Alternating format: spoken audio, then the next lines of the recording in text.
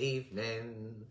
We have just completed our week 4 of the ketogenic diet course with Miss Wendy Budd here. How to go keto. So it was all a sort of how to start today, It was a very practical kind of class where it was in the real world. What does this look like? Yes. What can we eat? What can we do? What can we avoid? What can we create? So it was like that. It wasn't practical physically, but we're going to do that, aren't we? In the last class, we're going to do a bit of baking or something. Yes. But yes, it was more around the practicalities of life. How do we incorporate the ketogenic diet into our lives? And why would you want to? Yeah. Why would you want to? Why would you want to? When we learned about keto flu, we all went, well, I don't know if we do want to. I wasn't. When you talk about the, and I call the keto flu sugar withdrawal. Yeah. Like, I really do think that it is the withdrawal from the drug that is sugar. And it's not nice. I mean, it isn't pleasant. You do feel quite ill. You can have headaches. But it's only temporary. That's the fun part. It's like 2 or 3 days. Yes, just temporary. It is just temporary. Well, you sound like you're sorted. Have you experienced any side effects? I think because even before I started this course with you, probably for the last month or so, I've already been really reducing sugar. And then, remember I was starting to have those anxiety issues in probably the first week to 2 weeks. So I'm wondering if that might have been some of it. And like earlier this week, I just had a morning where I felt really kind of like a cold coming on, and then it disappeared. Oh, well, that might have been it. Might have been it, yeah. So I think I got off lightly. Very good. So we learned a lot today, as I say, more of the practicalities of it, but I want to talk about ketosis in general, because we covered that a little bit, but I think it would be really good for the audience to understand what ketosis is. Yeah. And then how, the positive effects, negative effects, the transitional period of going into that, how we measure it. So crack on. Okay, so you can embark on a low carbohydrate diet and not be in ketosis. To become ketotic or enter ketosis, you need to be switching essentially your fuel from burning sugars, glucose, to burning ketones, which are essentially fatty acids. There are lots of different types of ketones, and you can use what we call exogenous ketones to help with the transition, and they would be things like MCT oil. What's MCT stand for? Medium chain triglycerides. So why would you want to be in a state of ketosis? I think if you're going low carb, you might as well go into ketosis to get the benefits from ketosis. The main benefits being anti-inflammatory. The brain works really well on ketone bodies. So acetylbutyrate is a well-known ketone, and acetylbutyrate, the ketones, can cross the blood-brain barrier and they act as a cleaner fuel for the brain.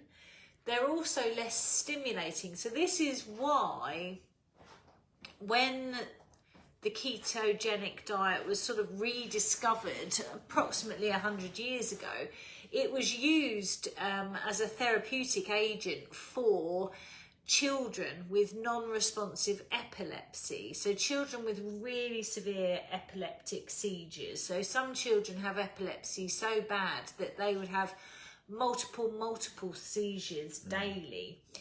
And when you're epileptic and you're having these grand mal seizures, it's really detrimental to the brain, causes a lot of damage. And it was found that by putting these children on a very low carbohydrate diet, the seizures would stop. Now, that's one reason You know, if you're epileptic, it can be a choice. Some parents don't want their children taking epileptic medicines for life. If a dietary modification can do essentially the same thing, because obviously some children are not tolerating the common anti-epileptic meds. So essentially the ketogenic diet, or being ketosis, therapeutic ketosis, is a medical diet. Other reasons that people would embark, quite interestingly, when I went to the Public Health Collaborative Conference this year, there was a doctor, I think he was called Dr. Ian Campbell. I think it's just been written about actually in The Guardian. And they were talking about metabolic ketosis for psychiatric patients. And Dr. Ian Campbell had done a small pilot study on individuals with really entrenched psychological issues, from schizophrenia to sort of bipolar. And the people on the pilot study had years of severe mental illness. It wasn't just a little bit of low mood. And the results were really impressive, to the point where normally when you do a double-blinded or a randomized controlled trial, you'll change the diet and then you'll change it back. And a large number of the participants in this pilot study didn't want to go back on the standard diet because they felt their mental health had improved so much. So that's why I keep on the diet, because for me, I feel so much clearer in my mind. And I think for me, I didn't realise that I was depressed until I wasn't. And I often say, for me, the ketogenic diet was like putting a light on. I feel like that about going gluten-free. I would never go back. Yeah. Don't even have the temptation to go back. No. And for me, I just feel so much better mentally. I feel able to cope. I don't feel low. Don't get the brain fog. No. I mean, I think I might be getting some of that sort of perimenopausal brain fog, brain frog, I nearly said. Definitely brain fog if it's a brain fog. Yeah, at points. But it's not that sort of real slog, you know, that you get. I used to get mid-afternoon, round about 3 o'clock. I remember it would be just absolutely awful, like walking through treacle. I don't get that at all. And generally I would say my mood is just so much better. And also I'm more productive. Definitely more productive. And what's the word? There's a word. This is the brain frog coming in again. Organised. Yeah. But also a lot of people do the ketogenic diet for diabetes reversal. So have a number of people that come, they're pre-diabetic or diabetic, type 2, and they want to reverse the diabetes, and going on a low carbohydrate ketogenic diet can reverse that as long as they stay on the diet. They have to go in ketosis for that. They would improve on a very low carb diet, but being in ketosis will help to repair any damage that has been caused because of the high sugar, particularly to the periphery. So a lot of people with type 2 diabetes suffer with what's called peripheral neuropathy, which can be quite devastating. It's like a burning sensation in the hands or the feet. Some people describe it like having insects crawling over or in their skin.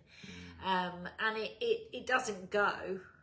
But being in ketosis long term can help to mediate that. So with ketosis, if you were to have one cheat or accident, would you then immediately come out of it? So, yes. That's why initially you have to be really stringent with the diet.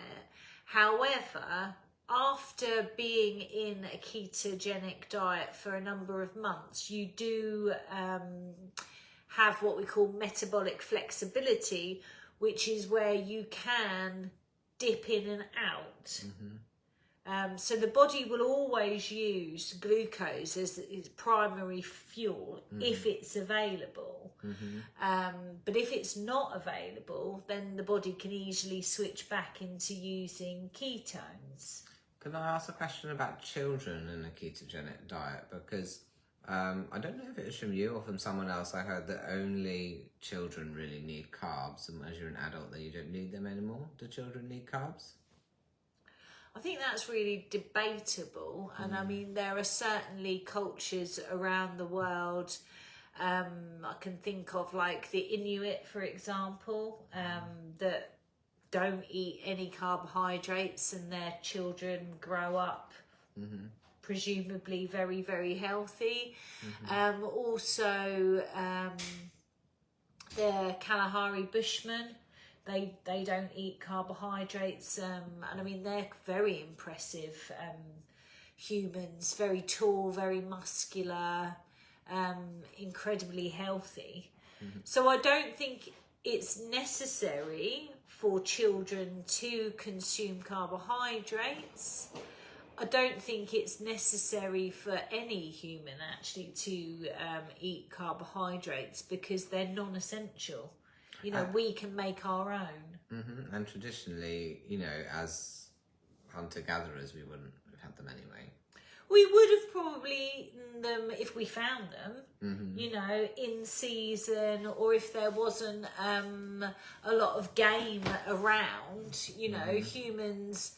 I mean, I often jokingly say, but I mean, it is true that if you look at the cave paintings of our ancestors, they tend to be always of large game. You know, there are no real cave paintings of salad. So we can assume that... Or a loaf of bread. No. So we can assume that the priority would have been hunting. You know, yes, there was gathering, but I think the primary food would have been meat. And this is why humans are responsible really for the death of the creatures. I'm trying to think. God, I've definitely got brain fog today. They look like an elephant. Mammoth. Yes. Oh my God. Yeah, mammoth and large aurochs, and you know there are a lot of sort of creatures that we hunted to extinction. So the one thing that everyone asks the moment you mention either carnivore or keto or paleo, I always say, "Wow, you know, imagine your cholesterol. You're going to have issues with cholesterol." That's the first thing I heard the moment that I announced that I was going to do this. Yeah, so this goes back to the lipid hypothesis that fat causes heart disease. And that was the first lesson that we did when we looked at, well, where does that come from? And we now know that it comes from incredibly poor data that actually doesn't prove that... Sorry, 1 second. Just pop it. Dad doesn't need to go on charge. Oh, the charger thing's over there. My assistant, he's doing... Oh, you want the cake? I want some cake. You want cake, keto cake. Oh, you can take cake, Alex. Can you box me some up It's too? keto cake, and I have to admit, I think this is why I have brain fog today, is that I've been making these keto cheesecakes, and because I'm a binger, You ate 3 slices. I ate 3 slices and I felt awful today. So I mean, 1 slice would be keto, but eating 3 slices of this, it was rather nice. chocolate orange cheesecake. No, there's none left for me to try. No, I ate it all. But we do have there's raspberry and macadamia. Raspberry and macadamia. And forest summer fruits. fruit or forest fruit and macadamia, peanut and vanilla. I want to try that one. Yeah. Sounds good. So my brain is not working properly because I binged on my own cake. Now she's got a brain frog. I haven't. Yeah, and I mean, it's so interesting, isn't it? Because although there is sweetener in the cheesecakes, I use erythritol and I don't use much. For me, the sugar hit, the sweetness really does affect me. Excuse me, and I can't limit. I am a binge eater, and this is why I should not be making cake, or certainly not be eating it. Yeah, that's the problem when you live above a cafe. Well, yeah, and I mean, it's really difficult not licking the bowl. Yeah, I wouldn't have any self-control over that either. I just literally today, at the end of the session, ordered a keto desserts book. Yeah. But it is a problem. It's a problem. And I mean, it is so addictive. And I do feel my best when I am really strict on my diet. I really do. Like today, my brain feels fuzzy. I feel bloated. I feel really tired. I haven't felt like that 3 o'clock fuzz. And I used to feel like that all the time. So perhaps it's good that It's a reminder, isn't it? Yeah, and I don't want that. I really don't want that. No. So I think I need to just keep away from the cake. I'll eat it for you. You eat it for me, yes. Before that, we were talking about cholesterol. So effectively, what I wrote here is dietary cholesterol does not increase blood cholesterol. Yes, and there is a lot of evidence for that, and you can probably find the references on the slides that I did today. Yeah, this is the thing, that Wendy's course is not just stuff that she's learned on Google. This is all proper reference stuff, and you literally have 3 or 4 slides full of the references to the kind of the studies, the articles, the authors, the doctors, everything. Yeah, and I would say, please do not take my word for it. Do your own research.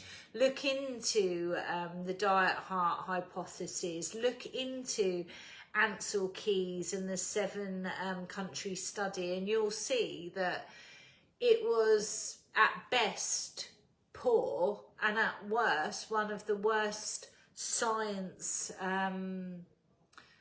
changes that as humans we've ever lived through, because actually those dietary guidelines of low fat, which means essentially high carb, has created an epidemic of obesity. It affected everyone in the Western world. Oh yeah, absolutely. Obesity, diabetes, and the increase in autoimmune disease, I think, can be directly seen round about 1989, I think it really hit, and that's approximately sort of 10 years after the dietary guidelines were, released. Yeah. Interesting. Bye, Alex. Bye. Do you want a bag? You can speak, He's not speaking because he doesn't want to be on it. He's a very happy little helper. He's very good, isn't he? He is very good. Very good. I like Alex. He sends all the slides to everybody, and he sets up all the equipment and video. So eventually, we are going to have edited videos of these courses, so we can put them hopefully online. Yeah. And get this information out to people because it's so important. It really is. I mean, you look really well, I have to say. How are you feeling on your... Yeah, I'm all right. How's your energy? I have 2 children, so it depends what minute you ask me. I'm all right today. You're good. Yeah, good. I've had a few up days and a few down days. I've generally been like 90-95% good on the diet. One thing that was interesting, because we went to a children's birthday party the other day and I was starving, so I popped to the co-op that was next door, and you can't really buy anything. So I ended up buying some kefir, which was fine, I quite like that, but I also I found a gluten-free like Kinder Bueno type thing, and I didn't even know they existed, and I was just like, oh, I want that. And so I ate that, and then I was not good the next day, and I wonder if that was a correlation between having that and then the next day not feeling great. So not feeling great, sort of mood or energy or That's both? when I felt like I had a cold coming on. So I had no energy, and I felt all like snotty and just, like when you just got that cold coming on and you just start to feel a bit grim. Yeah, see, I wonder whether that's the baseline of how you used to feel most of the time, And interestingly, I had sinus issues my whole life and had surgery for sinus issues because I always had a runny nose, always. I was that kid with the 11s. But that all stopped pretty much from when I went gluten-free. So that was interesting. Yeah. I mean, it's so inflammatory, eating, because, yes, there's the issue with gluten, but of course, refined flours are essentially carbohydrates, which is essentially sugar. Which reminds me of something that you said earlier. When you look at a packet, it will say, per 100 grams, 20 grams of carbohydrate, and then of which are 2 grams sugar or something. But as you said, you've got to add those together because they're not separate things. So on the back of the packet, when it says carbohydrates, of which sugars, you would add those two together. It's all sugar. Yeah, it is all sugar. Yeah, so it's not 20 carbs and 2 sugar, it's 22 sugar. Yeah. Absolutely. Yeah.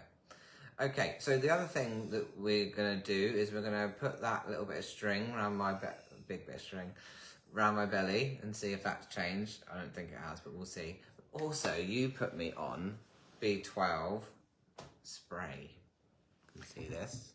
Yeah, because you were having the injections, but they are painful. Yes, and I haven't had them for a long time now because they were just too painful. And they're hard to get hold of because you have to get them imported from Germany. And then my blood results from last week that you looked at showed me low in B12. Acceptable for NHS, not acceptable for what we know. So I got this from you today, actually. You've never tried it, have you? No, I've never tried it. It's the most delicious thing. He wants me to try it on camera. I want you to try it because it's so good. So you just spray it to pop a little spray. Oh, it is really nice. It's really good. Wow. That's apricot flavour. Apricot? What's it got in it? Let's have a look. Oh, it doesn't tell you. It does, yeah. Does it tell you? It's on there, unless it was on the box. I thought it was on the thing. It might have been on the box. I looked at it and I didn't think it was bad. Yeah, that tastes really nice. It didn't have sugar in it, and it said that oh yeah, it must have been on the box. I should have brought that with me. It said that it was natural apricot flavour from apricots. It didn't have any flavourings or any sugar in. Well, I'm glad you're enjoying it. I know. Don't overdo it though, because it's not good to overdo it. No. I've heard you're supposed to do like a mega dose of B12 the first time, and then consistently. Because you're supposed to do that with D, aren't you? Is it vitamin D? It really depends who you look at. I honestly don't know. I honestly don't know. I think if you've got symptoms of B12 deficiency, which honestly are very similar to a lot of other things, tiredness,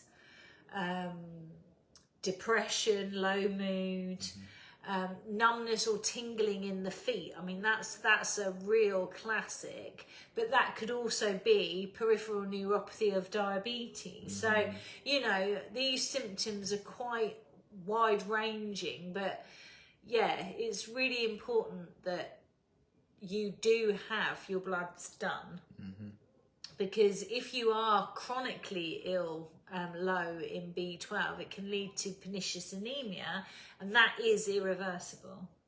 I've never heard of that one. Yeah, it's not good. And yeah, people get neuropathy, numbness and tingling in their feet, and it can rise up their leg. Okay, don't want that. So get yourself some of this delicious spray. Yeah. Okay, should we do my waist? I got a thumbs down the moment I stood up and got my belly out there. You got a thumb down? Oh, I've never seen you get a thumb down. Oh my God, I got bigger. He's got bigger. So we were discussing this. He's been eating a lot of nuts. Of pistachios. A lot of pistachios. And I mean, I think this is okay as you transition into ketosis, because when you're giving up sugar, you need to sort of transition by having something to eat. But obviously, if you overeat nuts, they are very fattening. So yeah, you might want to ease up on the nuts. Drink more water. Doesn't sound very... It's not as appealing as a big bag of pistachios, though, is No. it? How's your blood pressure been? I don't know, because I've been really lax on taking it, but I've been feeling better. And I took the glucose monitor off yesterday because it expired. Right, okay. But that was all very stable. Okay, good. Over that 2-week period I used it, it was very stable. Any headaches? No. Any dizziness? No. How have you been sleeping? Good. Deep. Okay, good. Yeah, that's another thing, actually, a lot of people talk about when they enter a ketosis, that their sleep is much deeper, more restful. And energy levels, would you say they're the same, different, better, worse? That's really hard. I think it depends on the day that you ask me. I'd Right. probably say the same. Okay, yeah. Good. Yeah, I'm feeling fine. It's going good. I mean, I think you look really well, I have to say. You've got good colour. Good to know. Any digestive issues? Any constipation or diarrhea you want to tell people about? We all poo. Normal poo, yeah. Oh, well, that's good, because Yeah. sometimes, you know, people can experience, with any change in diet, digestive disturbance. Some people get constipated, some people get a bit loose bowels, so that can be... All good. Okay, well, that is good. Generally, it's been quite easy so far. Touch wood. Well, this week, you'll get the slides on how to embark on a ketogenic diet. So you'll get the green sheet, the red sheet. You'll also get an example of a 7-day ketogenic diet with breakfast, lunches and dinners. Might do well to do a week of sticking to those. It tells you how many grams of carbs, protein and fat are in each meal as well. Yeah, I like that it comes with a shopping list. Yeah, it comes with a shopping list. Makes it easier, doesn't it? Yeah. All right. Well, there we go. That was our fifth episode, week 4 of the course. So we'll see you next week. Yeah, see you next week We're for another fun-filled brain frog. We're talking about the industrialization of agricultural thingy. I've got a brain frog now. Yeah, the industrial, the agricultural revolution. That's what I was looking for. Yeah, we'll be looking. Oh, I need to. Okay, bedtime. Bye. Good night.